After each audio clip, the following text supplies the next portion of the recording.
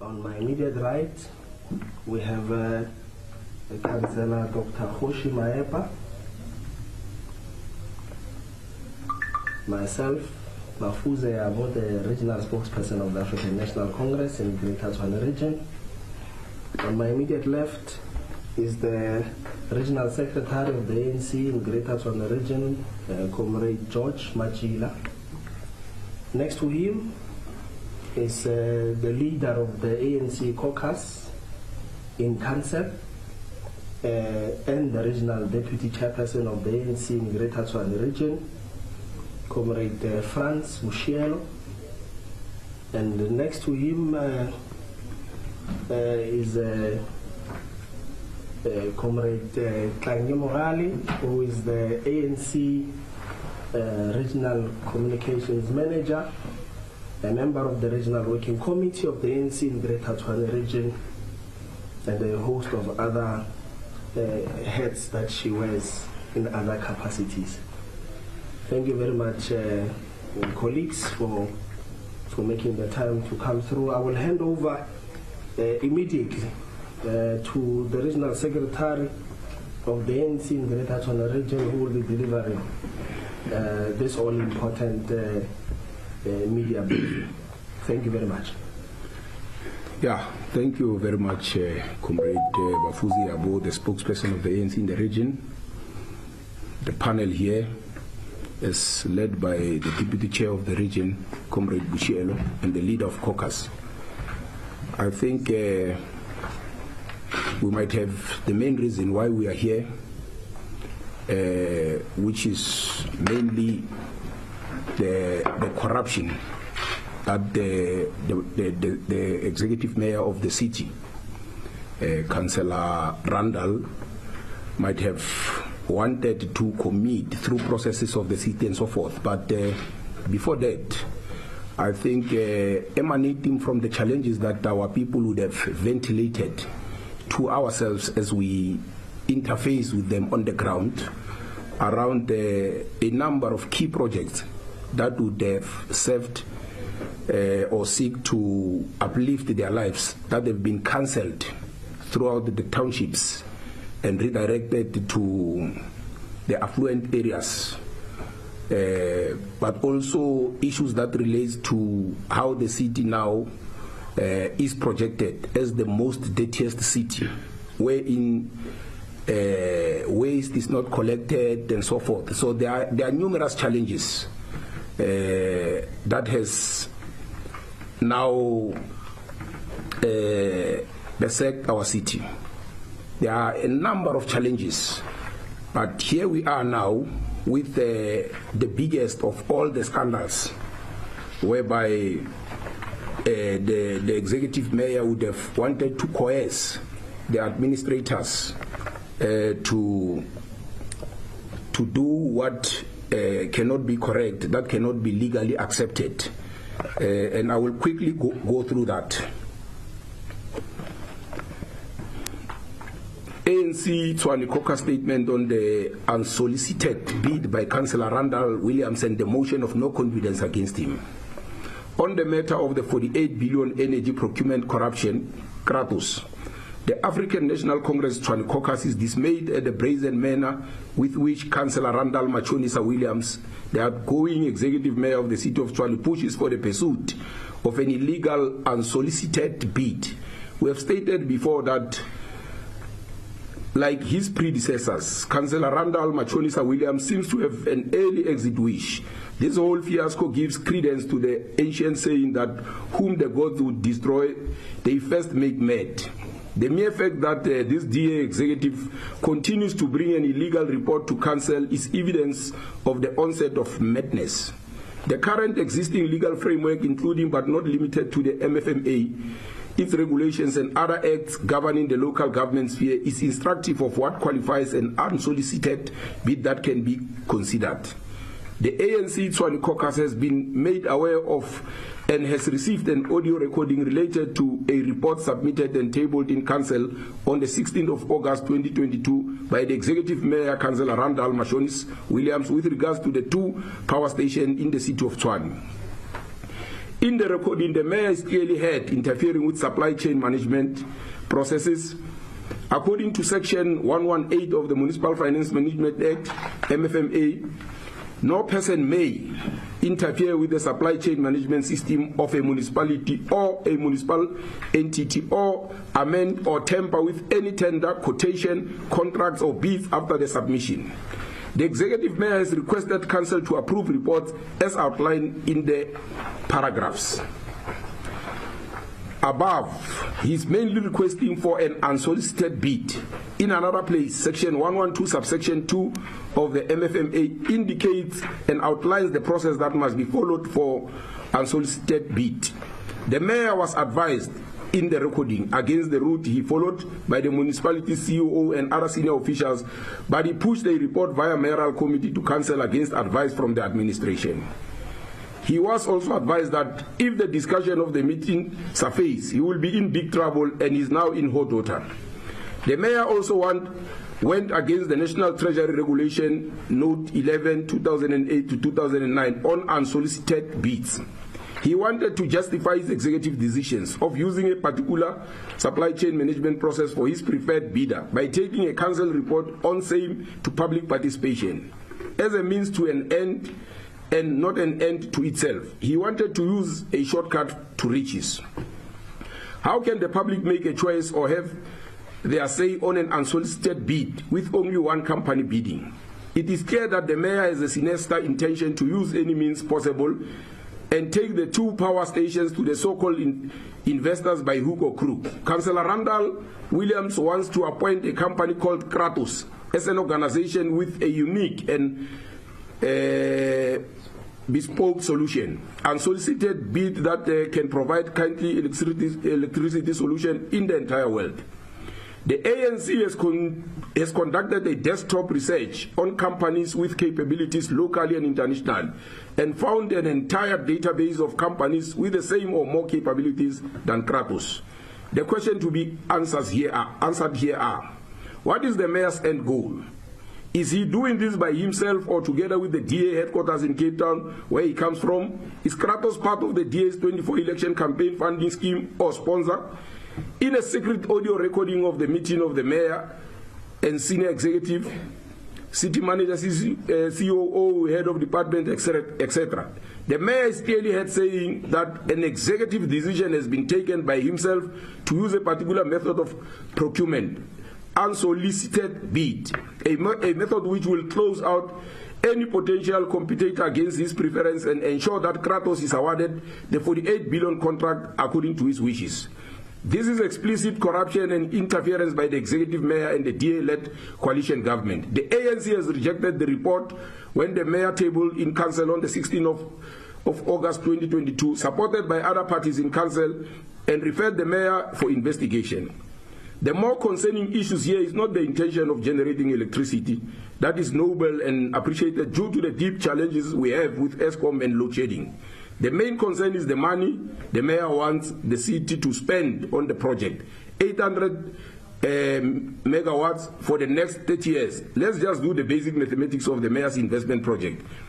Estimates on the building of new power station. If 1 megawatt equals to 15 million, then 100 megawatts equals 1.5 billion. This means Tshwane must spend 800 megawatts equals to 12 billion for a new plant. That is, but the mayor and his unsolicited bid company, Kratos, are not building a new plant. They are doing refurbishment and retrofitting. The proposed 26 to 48 billion far exceeds what is required to build a new plant, and here the mayor and his unsolicited bid company, Kratos, just want to do refurbishment on the two power stations. So the city will pay extra billions for the free, almost 36 billion. Unfortunately, our children will repay it over the next 30 years. This is more expensive than ESCOM's Kusile and Milupi power station combined. The mayor has misled council and must be charged. On the matter of a failed Rooiwal water waste treatment plant, the ANC caucus has once more been vindicated on the issue of lack of service delivered by the DA-led government. The DA-led coalition has failed in the last 6 years to deliver water in Hammanskraal. The water waste treatment plant project has also failed. As a result of their failures, the DA administration now wants to apportion the blame on the city's senior officials and exempt the political principal, that is Msimang, Mkhalapa, and the acting mayor. The project has bleeded the city to a tune of 149 million, and there is nothing to show for it. The ANC caucus will ensure that the DA principals account equally for the mess as far as this is concerned. On the MEC of Kokta's intention to implement Section 106, subsection 1, paragraph B, the ANC Tshwane caucus acknowledges and knows the intention of the MEC of Human Settlements and Kokta, Comrade Lebogang Maile, to get answers about allegations leveled against the Mayor Randall. There are many reasons why the MEC should consider placing the municipality under Section 106, subsection 1, paragraph B, and manage the city using experts in local government. The DA-led coalition has simply failed to deliver basic service, like your street lights, traffic lights, operational power stations in townships, reliable water supply in the city, refuse removal as we have indicated. 18th city, the whole city looks like a dumping site. Everyone to see, will be approaching the law enforcement agencies, that is your Hawks and the SIU, Public Protector and the Human Rights Commission on the water issue in Namaskar. We'll also be submitting a motion of no confidence against the Executive Mayor, Randall Williams. Thank you very much. Thank you very much, Regional Secretary. We will be taking questions from members of the media present on any matter you may seek clarity on or may seek to get responses from this panel. I'll be taking hands, and I would request that introduce yourself, the media house you're from, then submit your question. You're noted, Stimo. Noted. Any other hands? All right. These. Even on the virtual platform. Are there any hands? Not yet.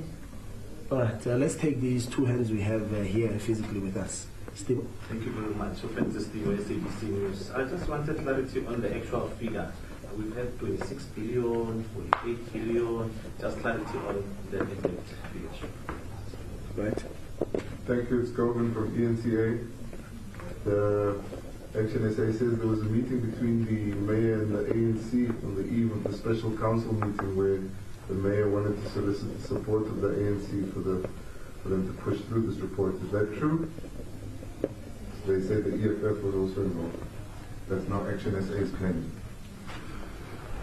Right. Do we have any other? Yeah, I've got one more question on the motion of no confidence. Whether or not there's been any lobbying of other parties done towards that end, and why you believe it will succeed. All right. I will allow the Regional Secretary to respond, and if there are any other additions that the panel may add to these questions, we'll also allow those additions to come through. Aras? Yeah, no, thanks, spokesperson. I'm going to respond to only one question that relates to the allegation that the Action South Africa might have made against some councillors of the ANC. Indeed, that can be confirmed, that there are some junior councillors of the ANC that might have been called to offer support to what we might have termed a fraudulent process that the executive mayor might have wanted to undergo.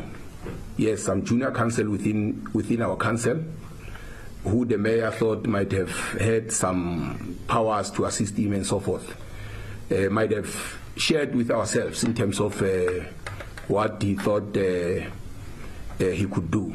Yes, thank you very much. I think I will. What are you going to do with those councillors? Is there anything wrong with them? No. They've not done anything wrong. Remember, once they've shared the issue with us, is that they realized the wrong that the men could have tried to do. Hence, they decided to share the information with ourselves. So for us, they are honest people that we can trust. Unless if they have hidden the matter from ourselves and maybe tried to coerce others within the collective caucus of the ANC. So that has not happened, but we can definitely confirm that he tried to speak to some of our own councillors. Thank you. Yeah, you can speak on other issues. Thank you very much, Regional Secretary of the African National Congress. Let me add on to what the Regional Secretary has indicated with regard to the attendance of the meetings by one of our comrades, which was invited by Randall. We can attest that that meeting was not a secret meeting.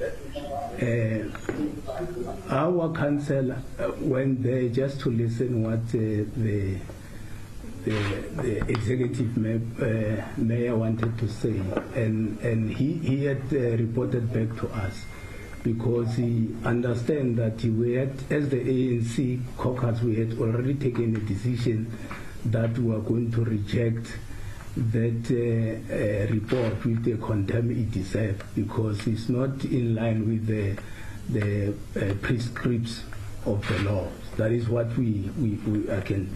The question with regard to 26 billion is 26 billion, but in terms of the report, they are saying it will even go as far as 48 billion. So that is why we are using the two figures interchangeably.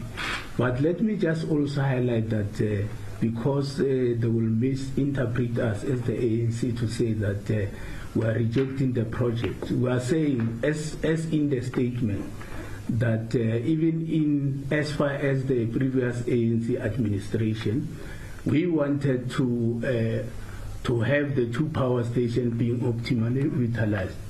As we speak, currently those power stations are not utilized. We are of the opinion that we needed to utilize it so that we can be able to resolve the energy crisis in Tshwane. But what we are vehemently differing with the sitting, the executive mayor, is the modality of sourcing the preferred bidder. We can't afford a situation where they can get a golden service provider to come. All right, that was the ANC's Greater Tshwane leadership there. That's it from myself and the All Angles team. I'll see you again tomorrow, of course. We have Rafua Madzena standing by for Bradan Mayane with Today at the top of 2 o'clock. Thank you for watching.